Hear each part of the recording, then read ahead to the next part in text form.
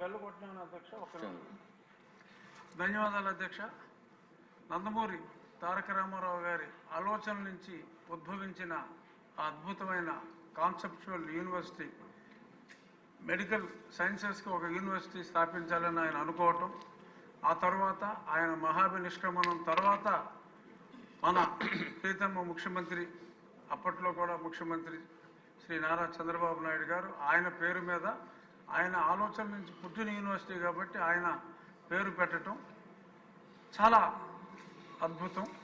కానీ మరి ఆ తర్వాత జరిగిన పరిణామాల్లో ఇందాక ఎంతోమంది సభ్యులు చెప్పినట్టు ఎక్సెప్ట్ శ్మశాన వాటికలు మిగిలిన అన్నింటికి కూడా ఎక్కడ పడితే అక్కడ ఆ పేర్లు పెట్టుకోవటం జరిగింది.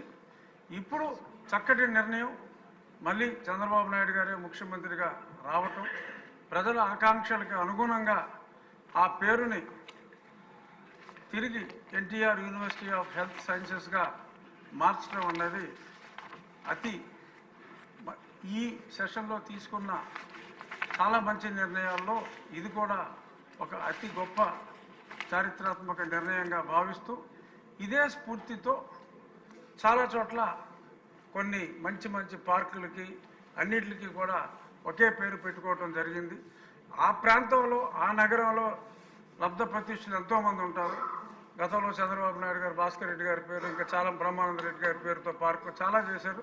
అలా వారి పేర్లు పెడితే చాలా సముచితంగా ఉంటుందని చెప్పి అదే లోకల్ బోర్డులు తీసుకోవాలని సూచిస్తూ థ్యాంక్ యూ అధ్యక్ష. నమస్కారం. డాక్టర్ అరవింద్ బాబు గారు. అధ్యక్ష ధన్యవాదాలు. NTR university of health sciences